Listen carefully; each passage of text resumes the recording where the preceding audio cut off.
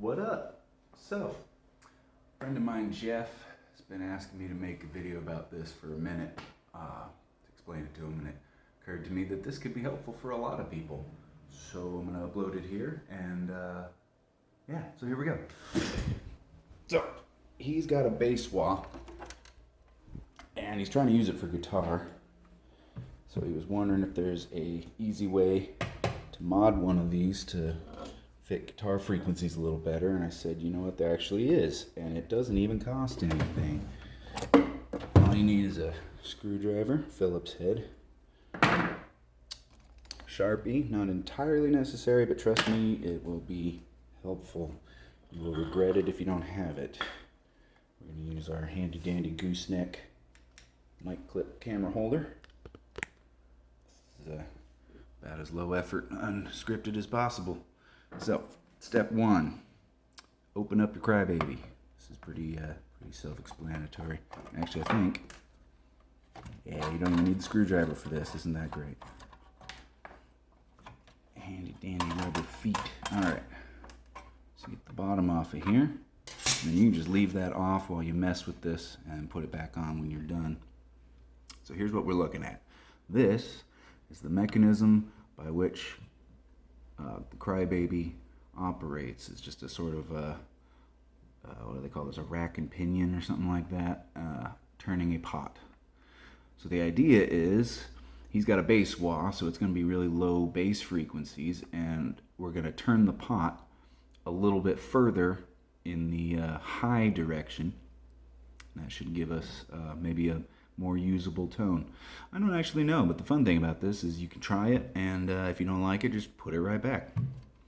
Obviously, you can ignore this stuff. That won't be in your CryBaby. So, here's where the Sharpie comes in. Best thing to do before you go messing with it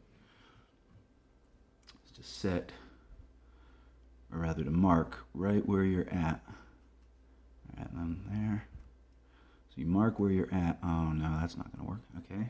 Mark where you're at, and then if you don't like it, you'll know exactly where to put it back. Line it back up. How about this? Oh, perfect. All right. So if we don't like it, we can line that back up and we'll be all good to go. So what you got to do is loosen this screw. This little piece of plastic is keeping tension on this guy, right? Keeping the two together. So we're going to loosen that all the way up. Oh, I did not want to lose that screw. Just about to say, probably don't want to actually loosen it all the way, and then I did. But you know what? We're not going to worry about it. This is low effort Monday. So, going all the way up. So this was toe down. And see, we've already lost where we were. So let's go back to, let's see, this way. There it is. All right, so we can line up right where it was. Right, there we are. So if we're going higher, you can see the direction that this is moving, right? So higher, pull this back, we're going to turn it this way. We're going to turn it literally just one tooth.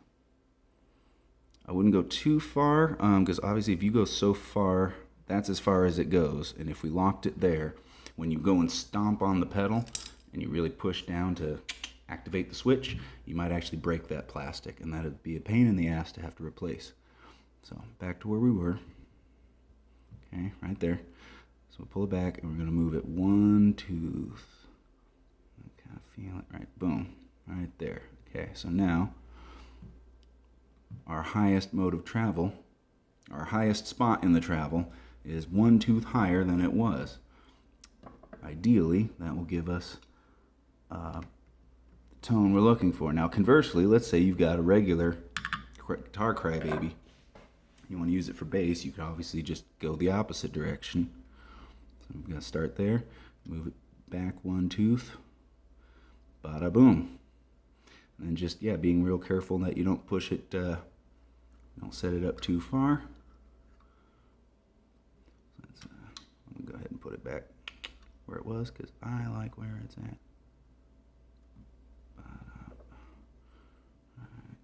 Right there. Okay. Then just screw this guy back down. Make sure that it's got the tension on there. I'll do that later once I find where that screw went. Anyway, that's the basic gist of it. So yeah, have fun experimenting, and I don't know, subscribe or whatever. I might do some more recording gear tips, such. So thanks for coming to my talk, Ted.